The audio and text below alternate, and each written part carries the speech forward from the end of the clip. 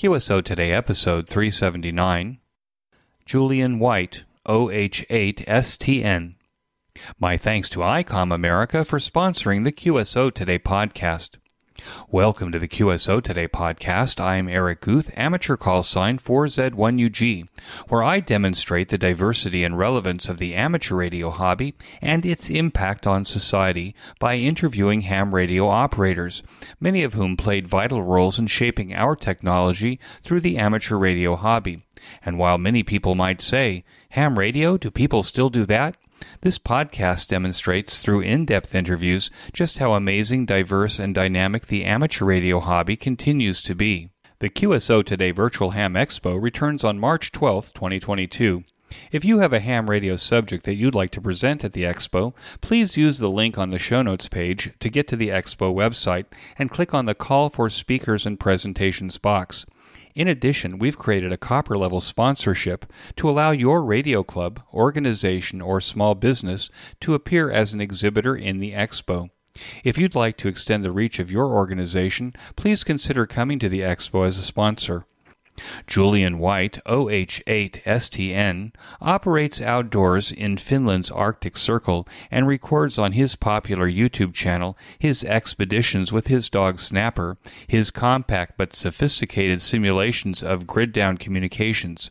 Julian is a natural teacher, and his channel may be one of the best ways to gain understanding of how and what to pack and take out into the wild. OH8STN is my QSO Today.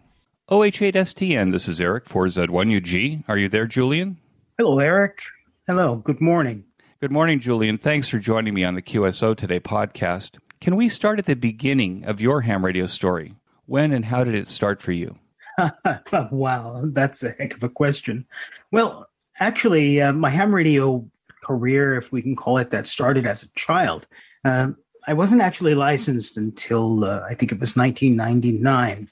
But I'd been a shortwave listener, since early childhood, listening to, BBC World Service and Canadian broadcaster and lots of different shortwave broadcasters, from back in the day.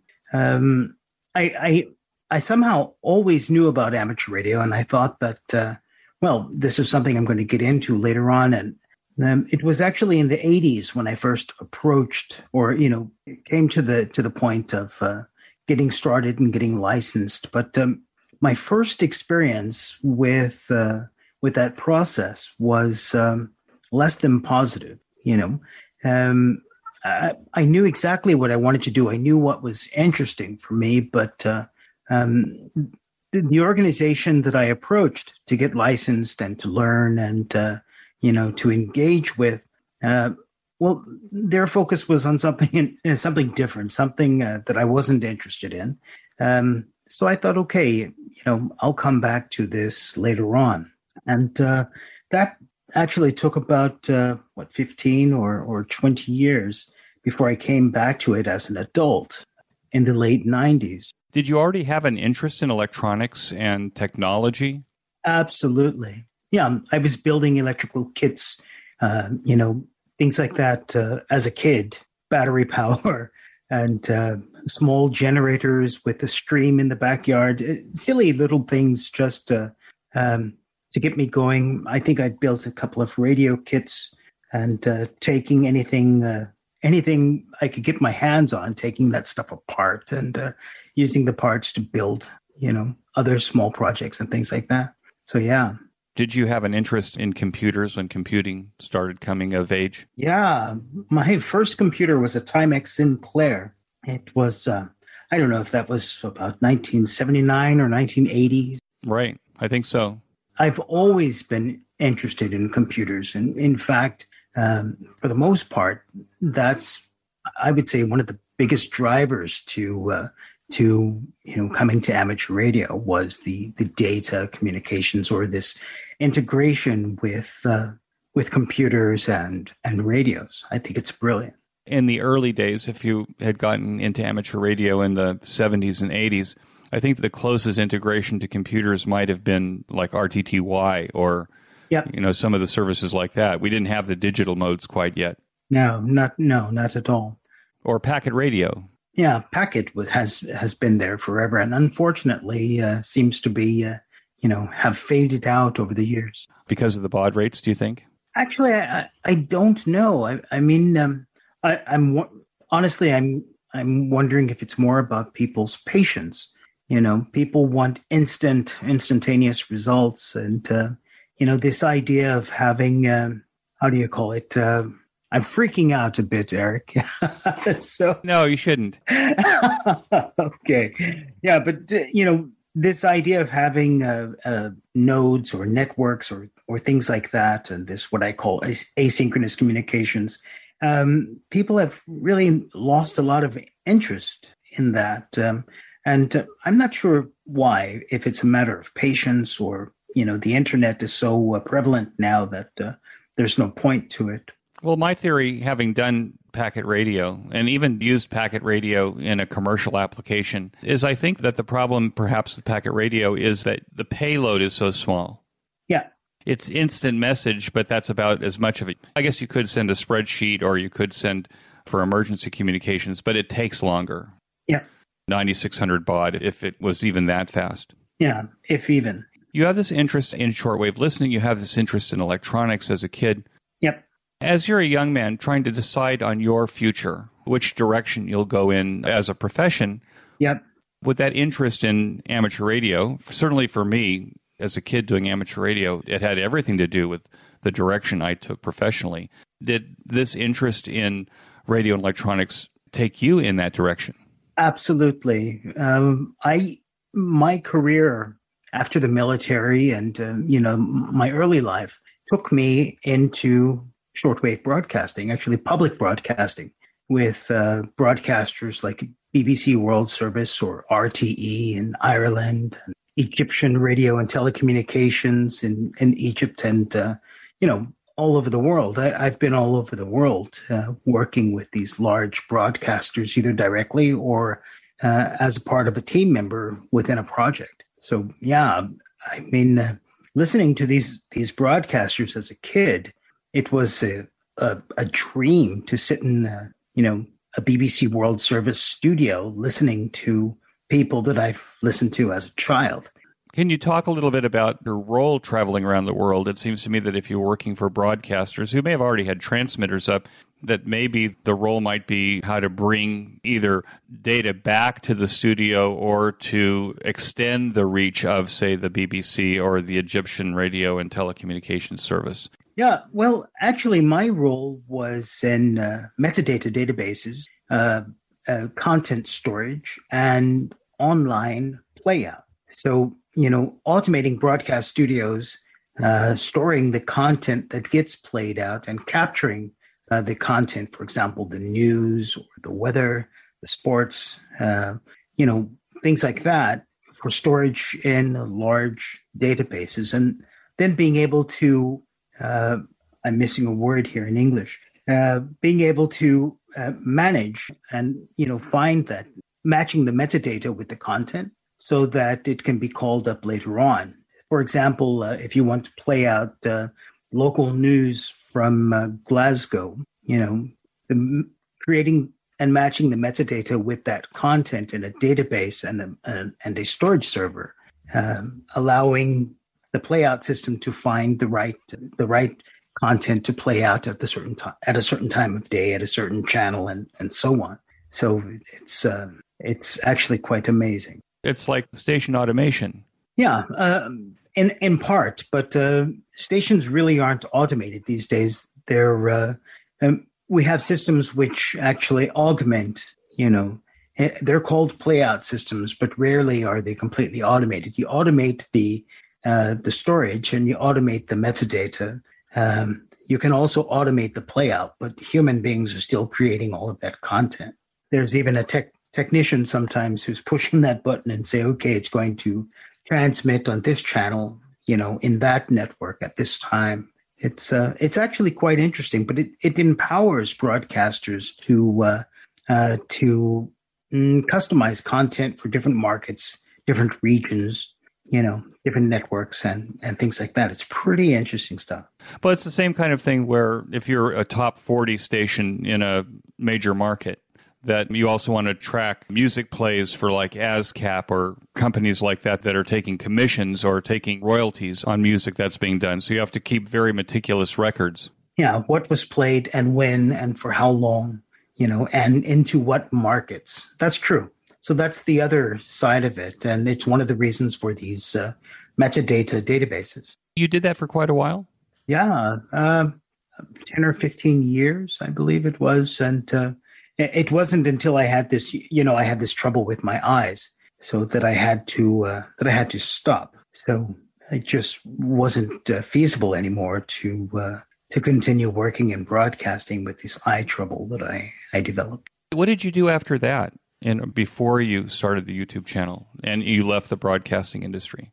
Actually, I started a youth club in the city here in Finland that I live in, because after, again, this trouble with my eyes, I don't want to say I had nothing to do, but let's say it in the way that, I had a lot of extra time on my hands. And I actually founded a youth club for Airsoft, young people playing Airsoft. And I saw that as a how can I say, a way to teach young people about responsibility and teamwork and, having each other's backs and building a cohesive, team of young people, rather than the chaos that we normally see in society today with youth. And actually, that was very rewarding. I did that for quite a few years, about 5 years.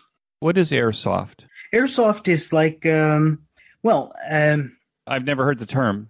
Okay, they're replica guns. So it's very much like paintball, except the guns don't look like paintball guns. They look like real, weapons, long rifles and pistols and, things like that.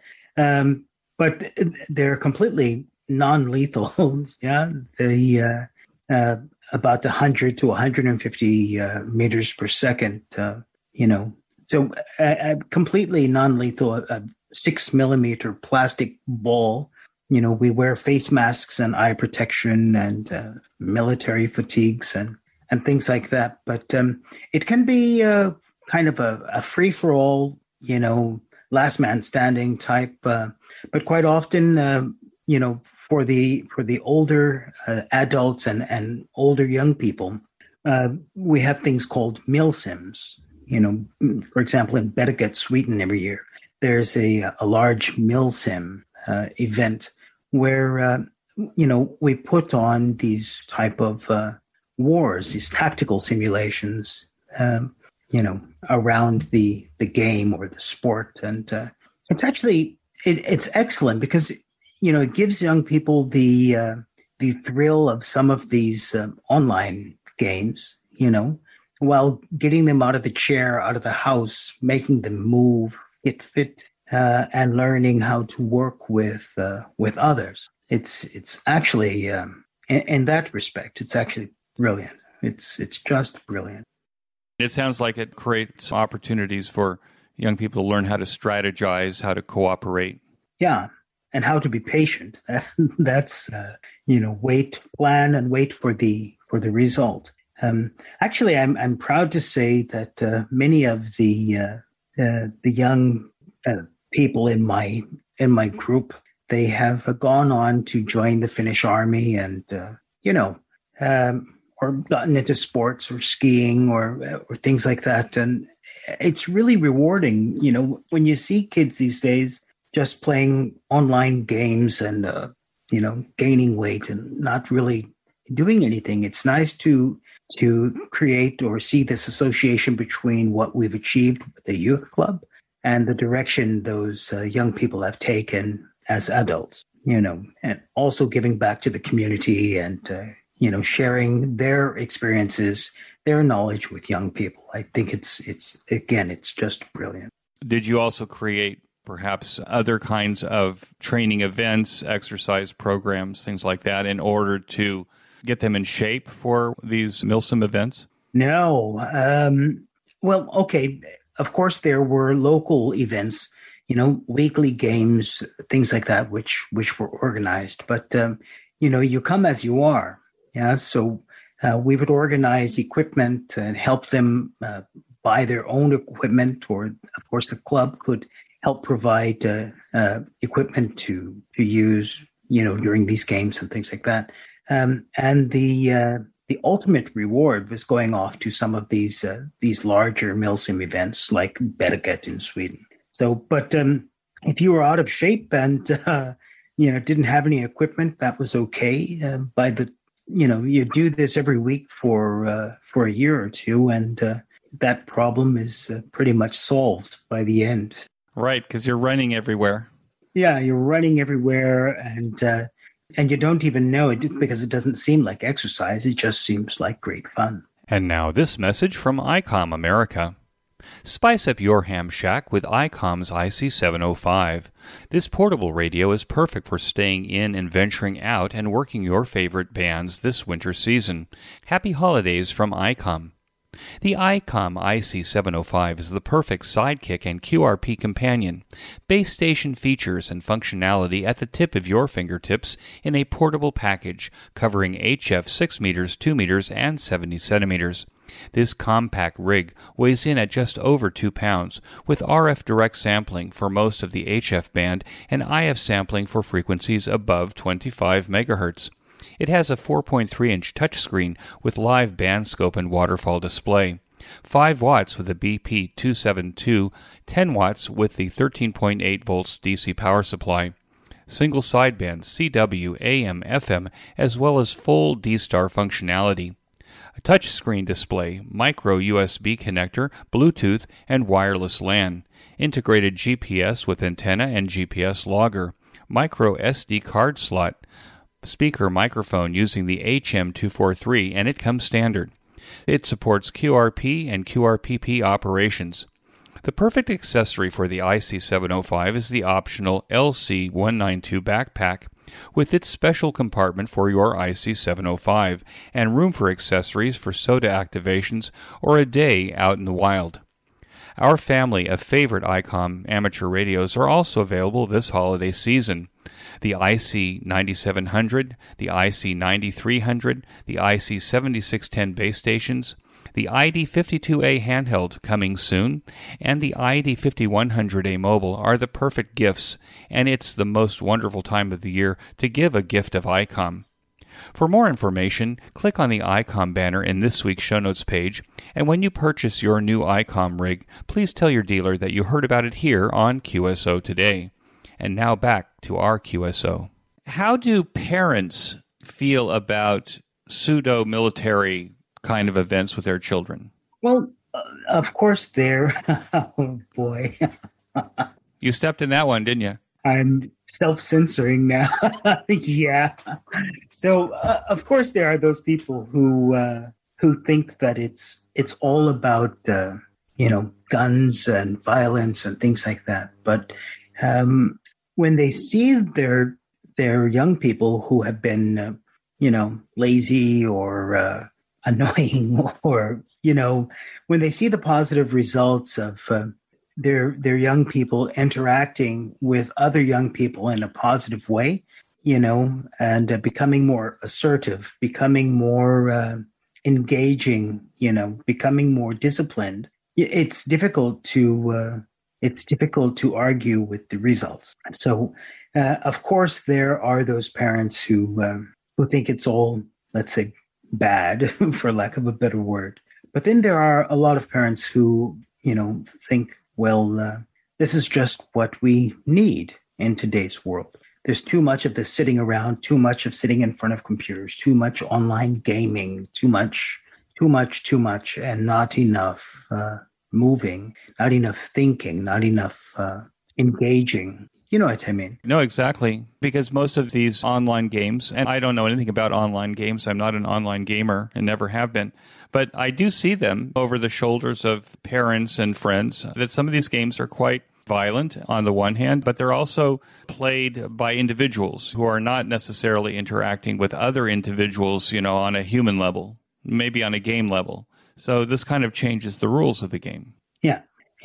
absolutely. And when I was a kid, I was also in some after-school programs for martial arts and things like that. And I believe we need these, community-driven efforts for young people, like I had in the 70s. It was, it was brilliant. It was wonderful, to engage and to learn and, how can I say, to be, to be expected to achieve certain things, on an individual level and as part of a larger group. I really miss these things today, and I wish more people, not just with sports. For the most part, here in Scandinavia, it's either skiing or hockey. How about Boy Scouts? Do you have scouting in Scandinavia? Yeah, there is, but I've never been involved with it. I've never been involved with it. But actually, there's a lot of crossover between scouting and portable ham radio. So portable ham radio is one of the things that I've been told about that they try to introduce to scouts as well. But unfortunately, I've never been involved with it. Let's go back to ham radio a little bit without naming names and going in too deep. What was your experience? Maybe there's some universal principle that we can apply here. Let's turn it, from the other way, not from the individual approaching the club, but from the club being approached by an individual. If someone comes to a club and says, hey, I'm interested in amateur radio, and they have an idea of what they want to do. This was my experience. And they say to this club that, this is what I'd like to do. Can you help me to achieve that? And in turn, the club says, well, you should do this and this and this and that. But it doesn't necessarily lead to what that person's interest was when they approached the club in the first place. So more often than not, it's individuals within these clubs. Let's take contesting as an example. I have almost no interest in contesting, but I think it's fun and it gets people engaged. And if people want to do that, great. It's amazing. But if someone comes to a club and says, I'm interested in emergency communications, or I'm interested in preparedness, for example, and these are not the same thing, they're exclusive. And the club says, well, great, we'll get you started off in contesting and, we'll take it from there.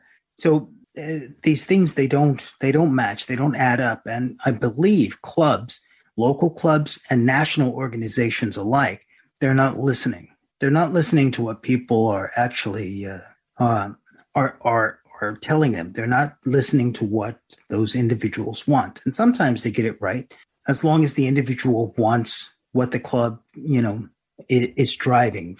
But I think we really need to get local clubs and national clubs, teach them how to listen and drive. I'm self-censoring again because I really don't want to offend anyone, but we really need to get these local clubs and national organizations responding in a way that drives that person's interest in the right direction, in the individual's direction. Of course, we can later on get them involved in other things, but you can't.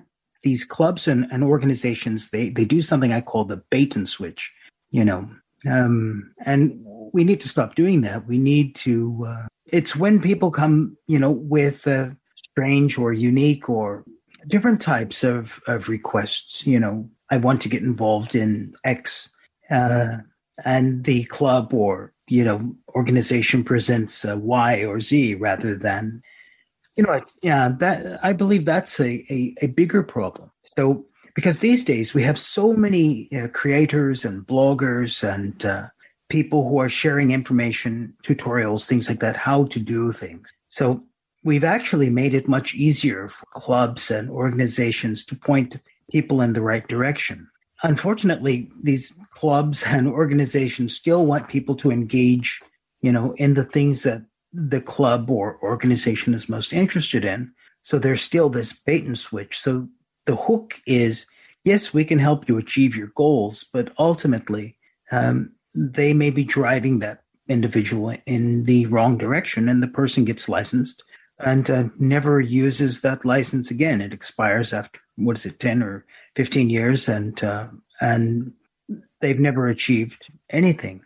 The point, I think, with these clubs and organizations is to engage with that individual on the merits of their interests, not driving them in some predetermined direction, which is not a good fit for everyone. The general public still has an idea that amateur radio is a single sideband in your basement or Morse code in your basement. Yeah, that's a fair assessment.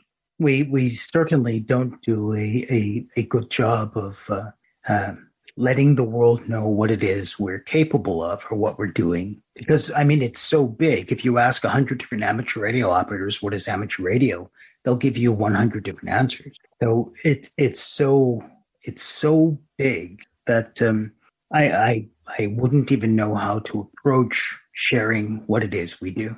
I'm a big fan of your YouTube channel. I appreciate that. And your YouTube channel, as of today, has almost 44,000 subscribers with almost 4 million views. Really? Yeah, I looked at it today. And you focus on portable operations with the setting in Finland.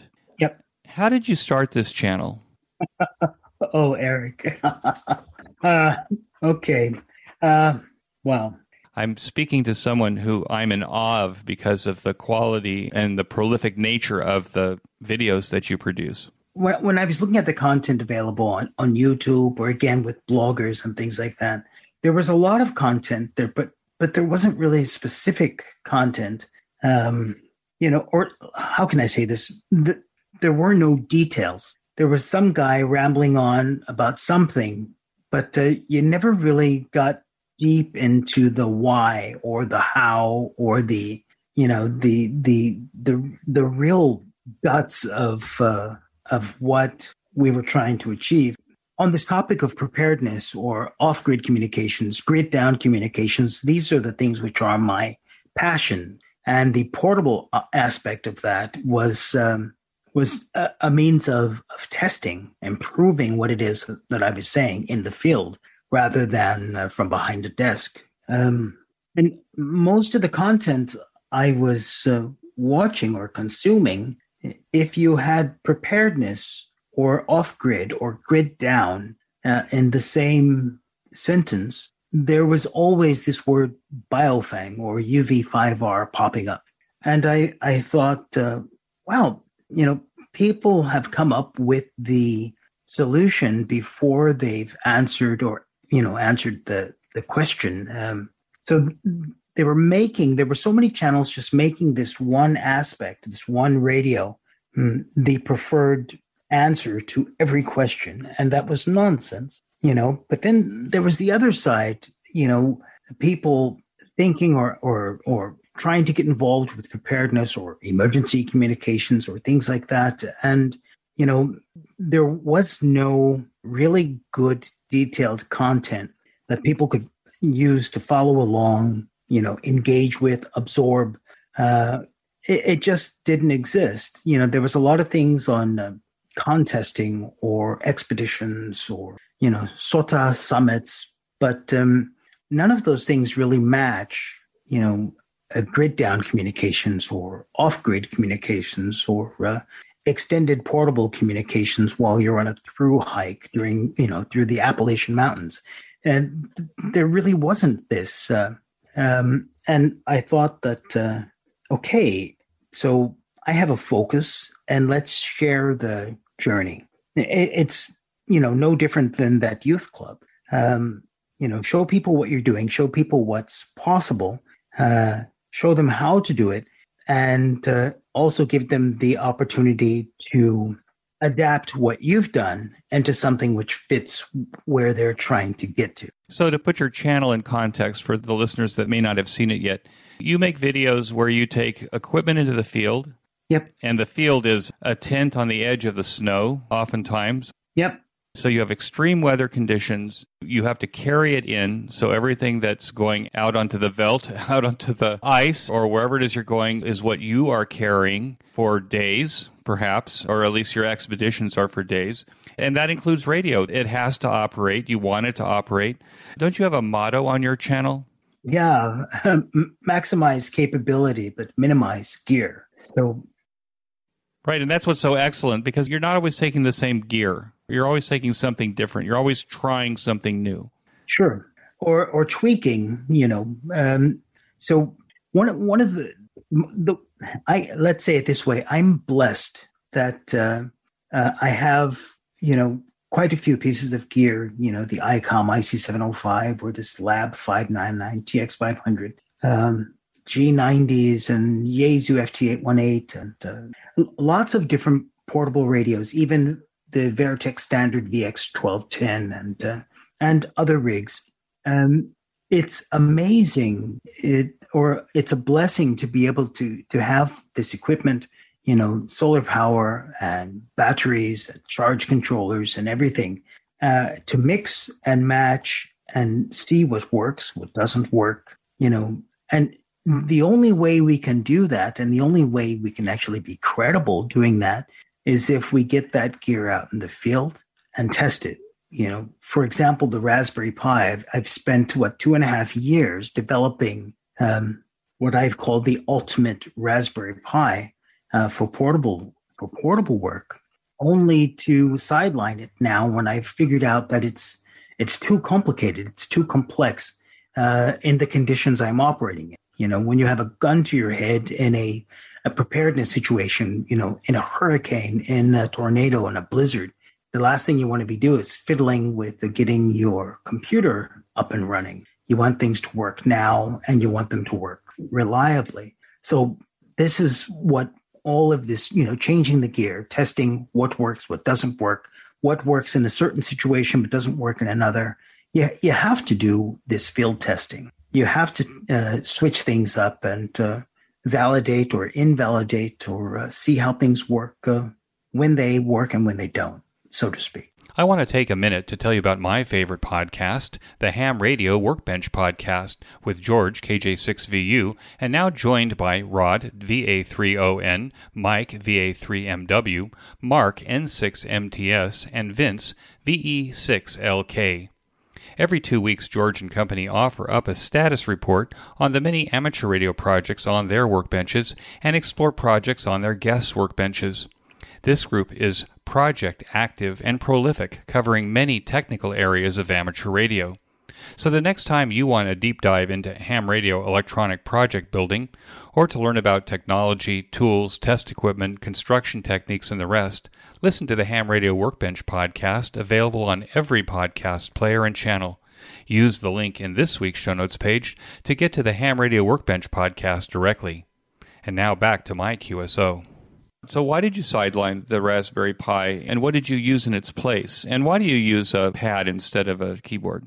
This is a great question. Actually, the Raspberry Pi is magnificent. I still have one right next to me here, running JS8 Call with an Icom IC705. It's brilliant at that. It's a fixed location. Internet is connected. There's a GPS in case the internet goes down. But when you take it away from home, when you disconnect it from the internet, let's say that it was never designed to do the things that we've done with it out in the field. It can do those things, and it can do those things well. But perhaps, let's say the Raspberry Pi, how can I say this? The Raspberry Pi is great at home or in a ham shack in a club. But when you're hiking with it, perhaps it's a great tool as a backup machine, but it's not the best one in terms of its reliability, for primary communications when you're backpacking, when you're, skiing out to your location to operate, it's not what you want to use. And for example, if I were doing casual communications with it, for example, FT8 or some of those type of modes, RTTY, really, casually, then I think the Raspberry Pi is definitely one. But because I'm using low power and I need to maximize and simplify, I need to maximize my communications capabilities. And I don't want to fiddle with the Raspberry If I can't get the GPS synced up so that I can get good timing with FT8 or JS8 call. So that takes away from time when I should be chopping wood, for example. Because operating in the winter, primarily you have to stay warm before doing anything else. And if I get myself cold trying to, let's say I've hit my foot with an axe while chopping wood, and then I'm relying on my Raspberry Pi, to get evacuated away from the location. So no, I won't do it. But a more practical situation is WinLink. Pat WinLink is absolutely magnificent. It's a brilliant development on the Raspberry Pi and Linux systems, but it lacks the features we have on Windows machines. And they're not a one-to-one comparison, Pat WinLink with WinLink Express on Windows. So WinLink is a huge part. It's almost, if not as important as JS8 call with my field operations. But if I'm relying on Pat WinLink, I don't have all of the tools and reliability I would have if I used a Windows machine. And I absolutely loathe Windows, by the way, at heart. Me too. Yeah. I'm an old Linux guy. But there simply aren't the tools on Linux that we have. And of course, we can run Windows apps on Linux and things like that, but it adds all of these layers of complexity. So finally, I thought, well, wait a moment.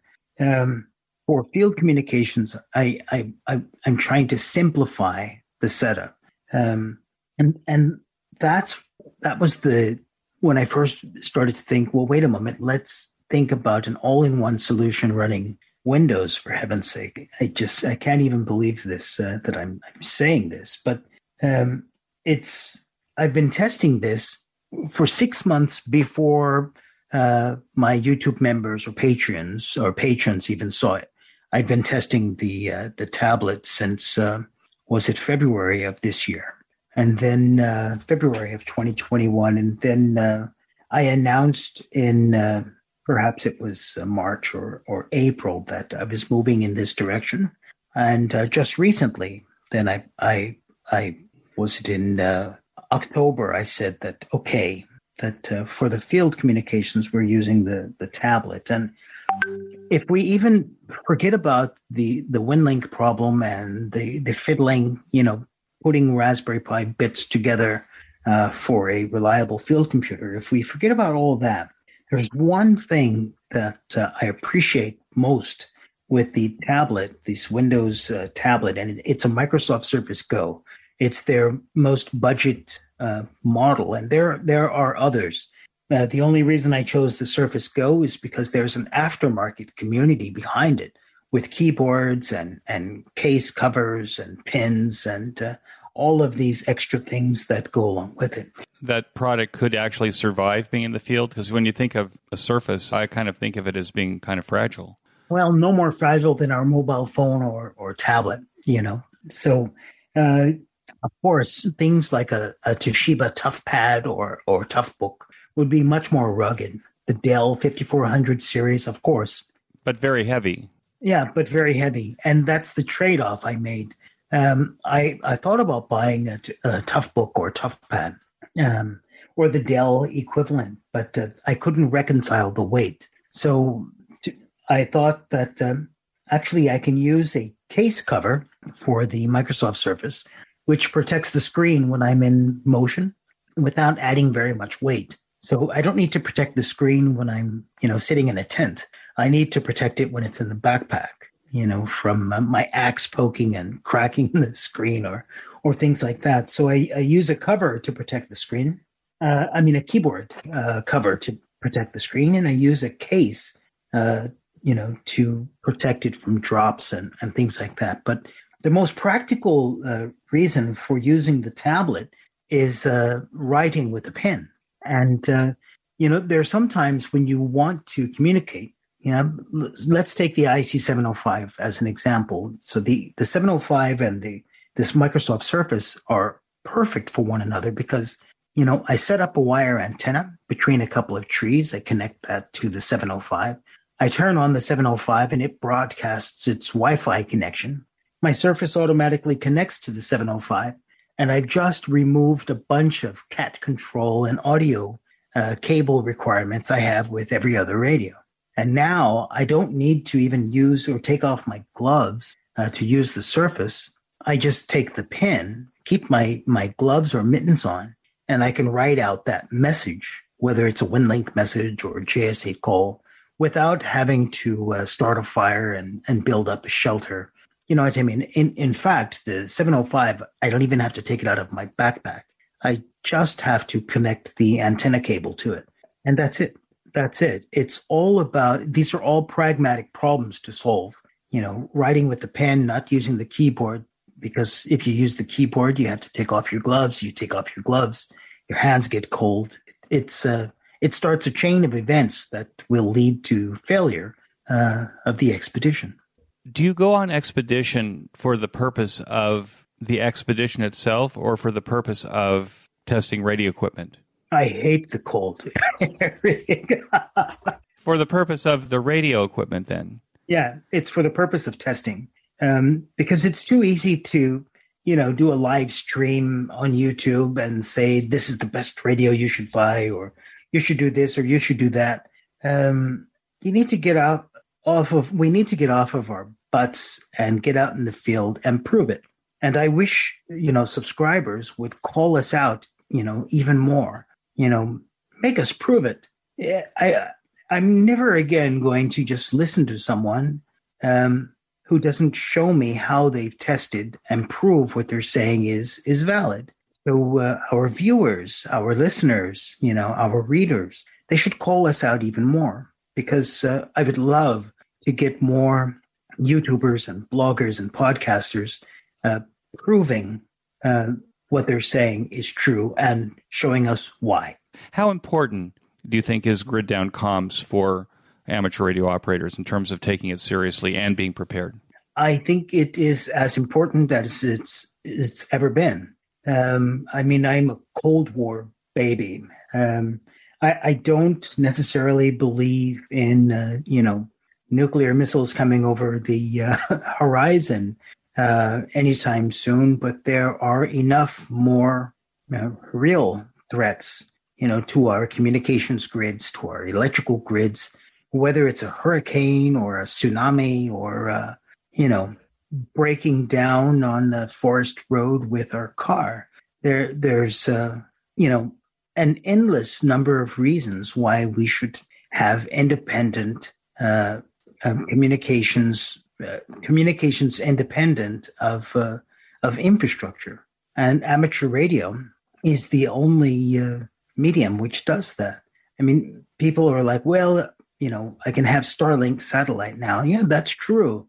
Until you have a thick cloud layer that reduces the effectiveness of that connection. It's a strategic idea of a bad actor to take out all of these Starlink Earth stations. Yeah. Right on the planet in order to actually take that network down, if that's even possible. I'm not sure, but I don't want to rely on that third, that intermediate infrastructure for critical communications. JS8 call is a perfect example. Also, WinLink. These are perfect examples. ALE, these are perfect examples of being able to reach out. Well, just to give you an example, the grid goes down, power goes down, and this happens more often than, people think. We're just, redundant systems are so good. They kick in so quickly that most people never notice when it happens. But it does happen. And, we've seen in Puerto Rico and, even look at Spain right now, with this volcano.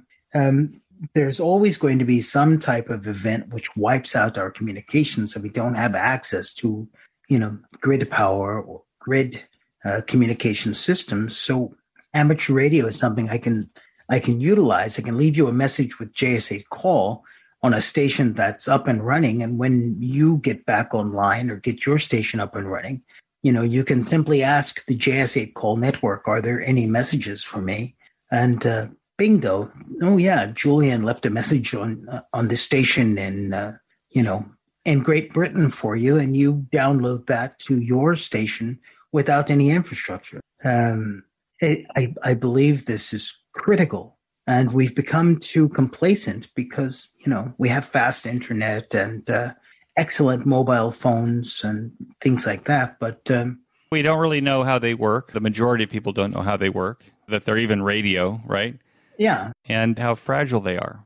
Extremely fragile. One of the things I actually learned from your videos, because I didn't actually realize this, because I thought JS8 Call was kind of like FT8 with the ability to just chat, that the store and forward capability of JS8 Call actually makes it a networking element. Yeah. Which I thought was actually quite amazing from your channel, actually thinking that, wow, in fact, you could actually build an emergency network worldwide using JS8 Call. Sure. So, of course, JS8 Call is best with the regional communications. But it doesn't have to be. So, for example, I don't have my tablet up and running right now, but I noticed this morning that two stations, one from Switzerland and the other one from the United States, have left messages for me on the network. I'll grab those later on. So they used intermediate stations, because a lot of us, we leave our stations online, on air, sorry, not online, but on air on JS8 Call, so that others may use the stations to relay messages or to store messages for later retrieval. I have a couple of messages waiting for me this morning, and that's not uncommon. Usually, I have a cup of coffee every day, and I read my WinLink messages and check JS8 Call messages, and it's the networking capability is just amazing. We will return to our guests in just a moment. A new way to show your support of the QSO Today podcast is to buy me a coffee. I consume gallons of coffee to create this weekly podcast. Invite me for coffee by pushing the yellow button, Buy Me a Coffee, on the QSO Today show notes page. And now back to our QSO Today. Now, are there specific bands that JS8 Call works better in, or is your system programmed to actually step through JS8 Call bands in order to optimize for best propagation? Unfortunately not. That's a feature of ALE, or, this latest development of it, ION 2G. So with ALE, whether it's in the military, commercial, or in the amateur world, with ALE, it's constantly scanning, you have a code plug, which, sorts through a variety of channels.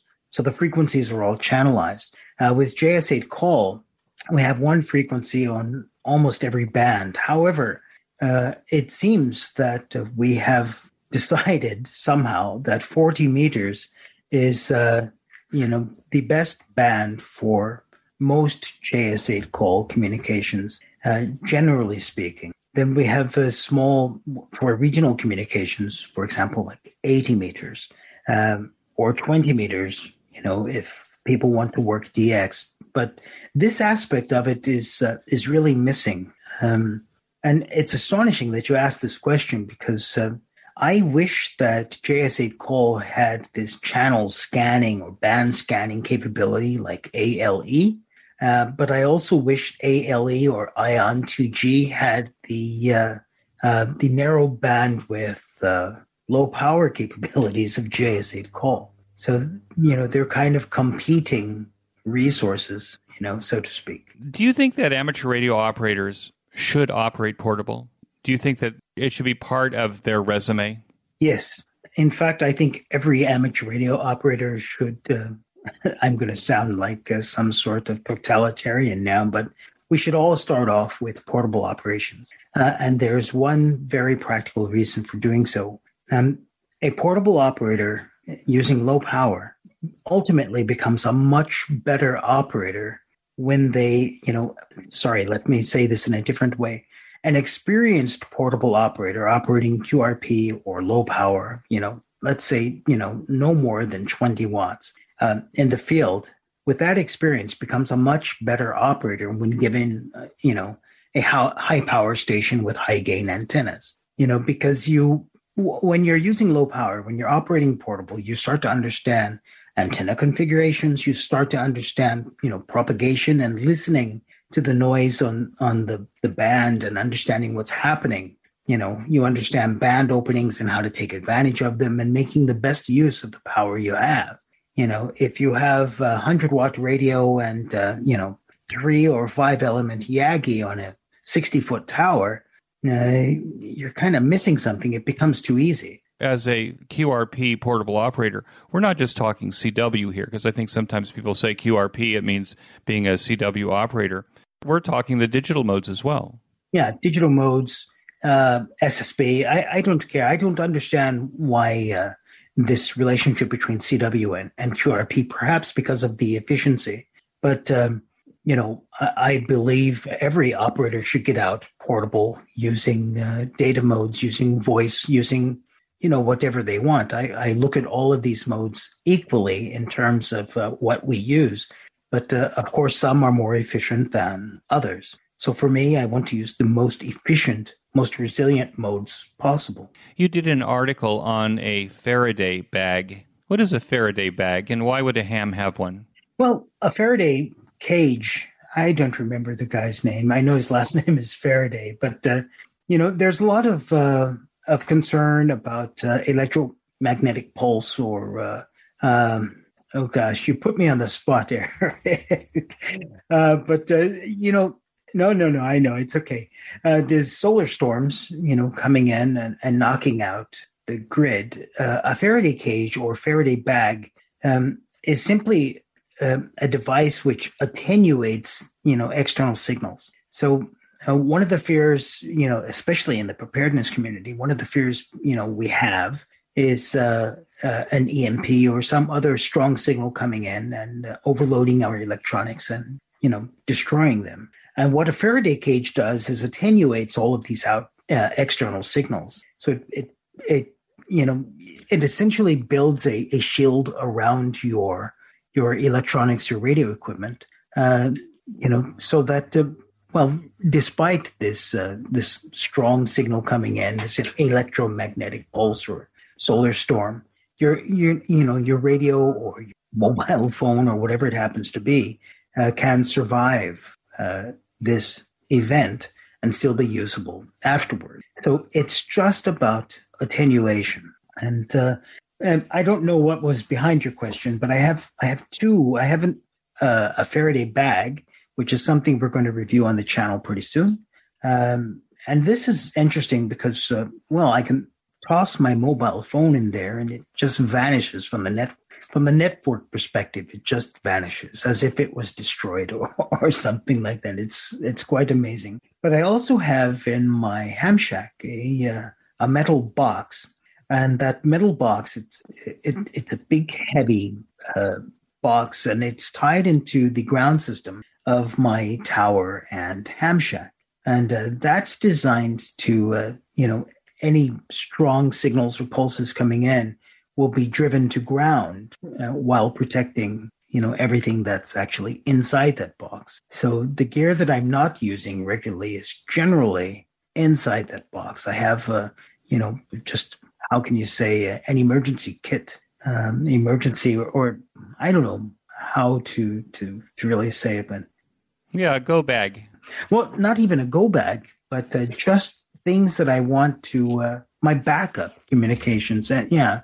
So they're almost always in that box. Of course, we have I have a hardened radio as well, the VX1210, which should, knock on wood, if it's not connected to an antenna, should survive such an event. But for the most part, I try to keep something in that box all the time. A tablet, Raspberry Pi.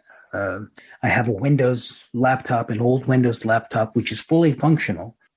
So that just in case, an event like this happens, I always have something, Now, it may very well be that my primary equipment survives, you never know. But in case it doesn't, there's always this backup equipment and protected with the Faraday box or bag. I fished a microwave oven out of the trash that somebody on the street had thrown away. And so I cut the cord off, and I've got it under my desk with a couple of portable radios Excellent.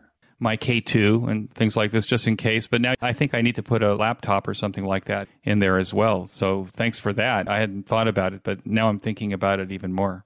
Yeah, well, I was going to throw away that laptop, but then I thought, well, wait a moment. It doesn't cost me anything. It doesn't really weigh anything or take up any space. The only effort I put into it is every few months I boot it up to make sure it's fine and update, the operating system and the software if there are any updates to do.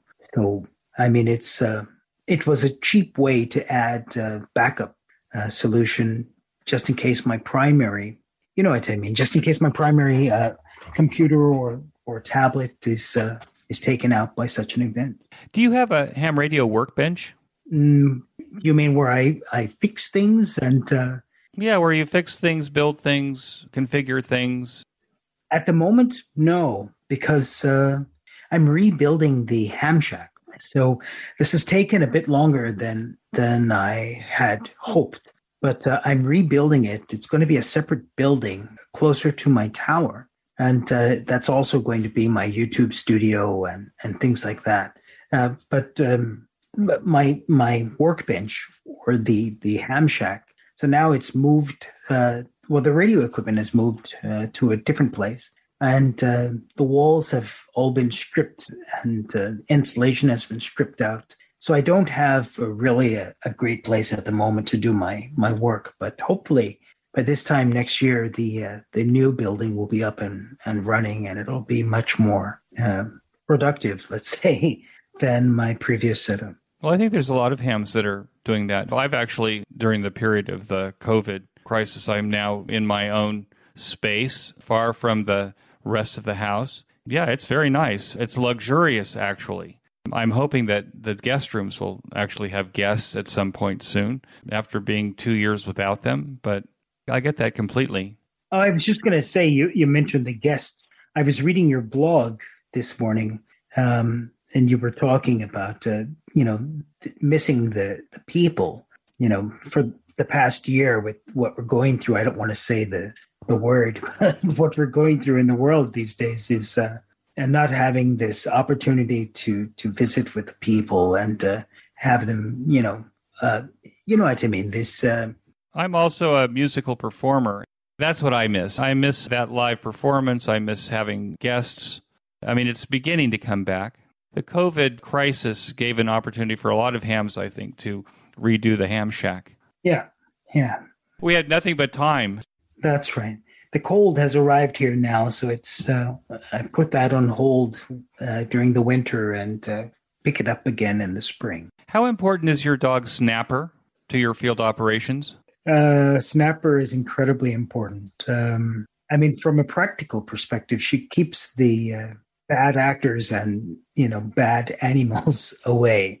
But honestly, she's, it's like having someone right there, when you rack your knuckles against a tree or, you're having a bad day, she senses it and she comes over and, gives some kisses or asks for a rub and whatever was bothering, or however tired, one might be. So Snapper comes in and she makes it all better. So, she's like, actually, I call her Mama because, she can just read me like a book. She's amazing. If I'm not feeling it, she knows, even before I know that I'm grumpy or, she comes and takes care. But more than anything else, though, I mean, from a practical sense, there isn't a lot of bad things that can happen to anyone, in Finland.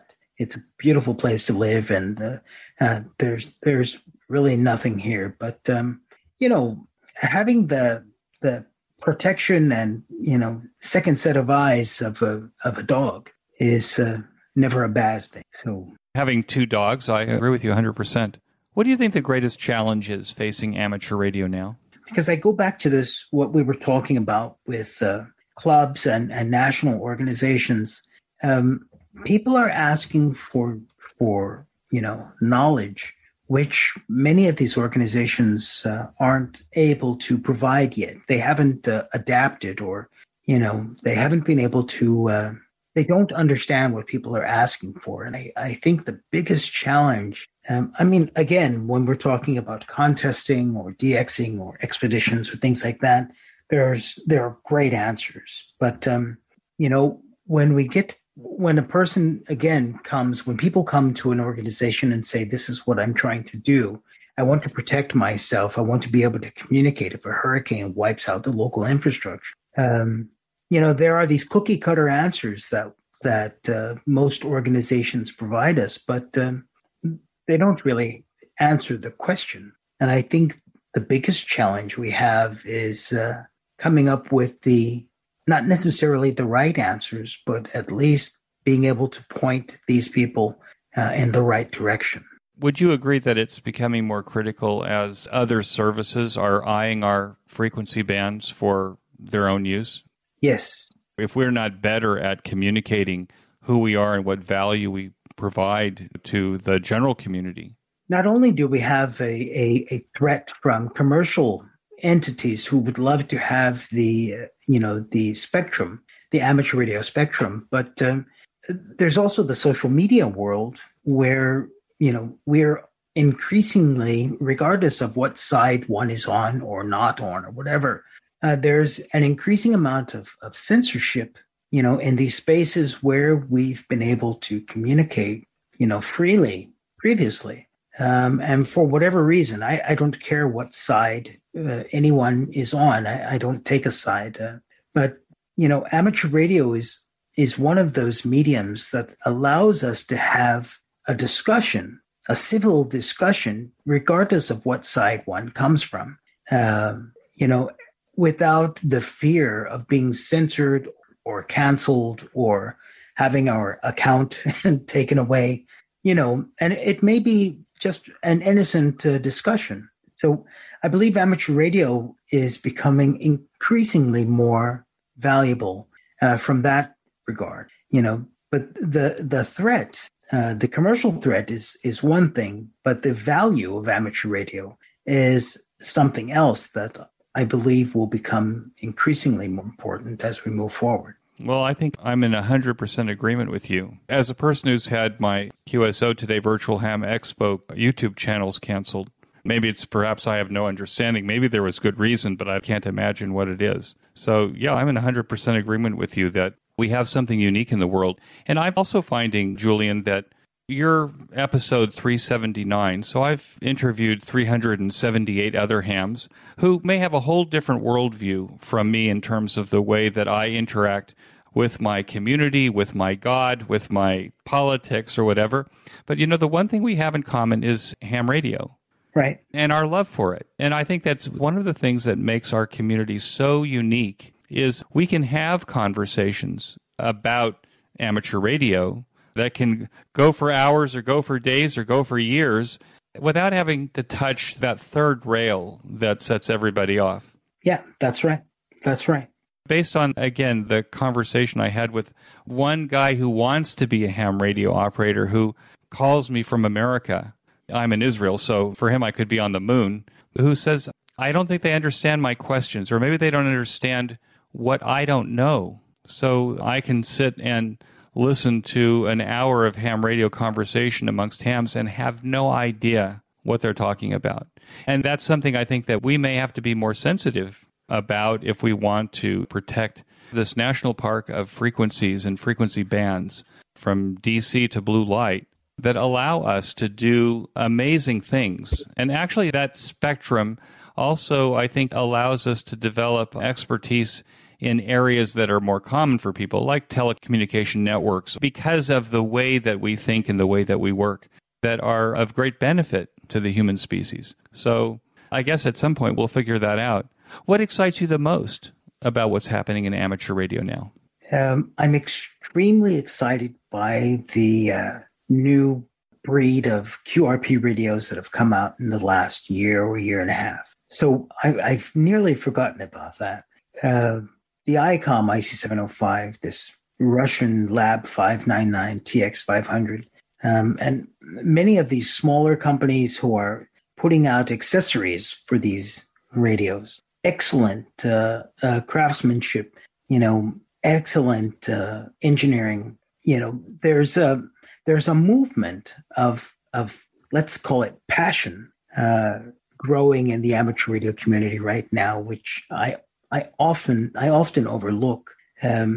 But it's amazing to look at some of these radios and to think, wow, someone's actually listening or paying attention. And that is inspiring. That is motivating.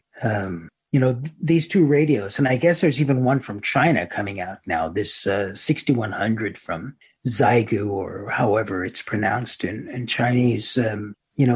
There are some pretty incredible radios coming out. And I'm curious, what the 705 and the TX500, or even this new 6100, what impact they'll have on what Elecraft comes out with next as a portable radio, or what Yaesu comes out with next, But as far as things that I'm doing, things on the channel, the most I don't know how to say this without sounding like some sort of madman, but one of the things I've been working on is trying to figure out which one is more effective or efficient. A QRP radio with an amplifier, augmented with an amplifier, or a QRO radio out in the field, for grid down communications where you have, a limited amount of power. You don't know if you can recharge or not.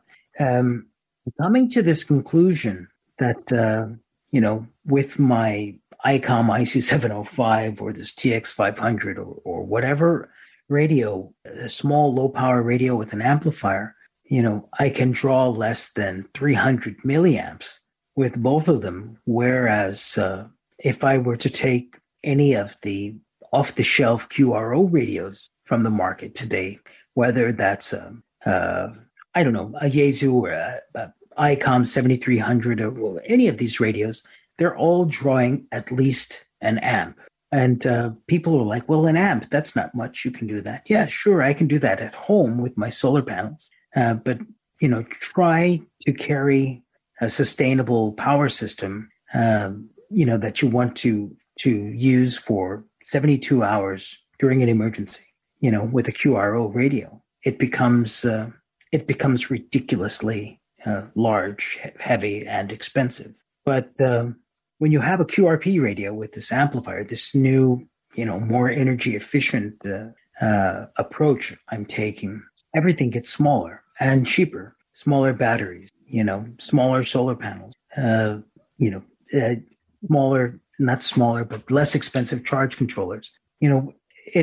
Our systems can get smaller and lighter and more capable, and we can stay on the air longer than, for example, a year ago when I'm still fielding the Yaesu FT891. This is inspiring. This is motivating me, and I've got that twinkle in my eye again, Eric. Because it was earlier this year I was out on Hailuoto Island. It's this big island in the Gulf of Bothnia between Finland and Sweden, and I arrived there with a nearly depleted battery, and I came home with a fully charged battery. And this is unheard of. The difference between a 300 milliamps, a 300 milliamp station and 1 amp, it makes a huge difference when you're trying to keep your systems charged up. It makes a huge difference, and people who operate from home don't understand that. Do you have advice that you'd give to new or returning hams to the hobby? Experiment. Yeah, stop listening to what other people are telling us ham radio is. Come up with some ideas or goals we'd like to achieve and experiment ourselves to reconcile those goals. Experiment, test, get out in the field, ask questions, but definitely don't listen to any one person too intensely. Just set your mind to it and take the bits and pieces from wherever they come so that you can get there. Julian, I want to thank you so much for joining me on the QSO Today podcast. I knew this would be fun, and I knew that I would enjoy it, and I hope that you did as well. I did. And with that, I want to thank you so much and wish you 73. Thank you, Eric. 73. That concludes this episode of QSO Today. I hope that you enjoyed this QSO with Julian. Please be sure to check out the show notes that include links and information about the topics that we discussed. Go to www.qsotoday.com and put in OH8STN in the search box at the top of the page. My thanks to Icom America for its support of the QSO Today podcast. Please show your support of Icom America by clicking on their banner in the show notes pages. You may notice that some of the episodes are transcribed into written text. If you'd like to sponsor this or any other episode into written text, please contact me. Support the QSO Today podcast by first joining the QSO Today email list by pressing the subscribe buttons on the show notes pages. I will not spam you or share your email address with anyone. Become a listener sponsor monthly or annually by clicking on the sponsor buttons on the show notes pages, or use my Amazon link before shopping at Amazon. Amazon gives me a small commission on your purchases while at the same time protecting your privacy. I'm grateful for any way that you show appreciation and support. It makes a big difference as I head towards episode 400. QSO Today is now available in the iHeart, Radio, Spotify, YouTube, and a bunch of other online audio services, including the iTunes Store. Look on the right side of the show notes pages for a listing of these services. You can use the Amazon Echo and say, "Alicia, play the QSO Today podcast from TuneIn." My thanks to Ben Bresky, who edits every single show and allows both this host and my guest to sound brilliant. Thanks, Ben. Until next time, this is Eric, 4Z1UG, 73. The QSO Today podcast is a product of KEG Media Inc., who is solely responsible for its content.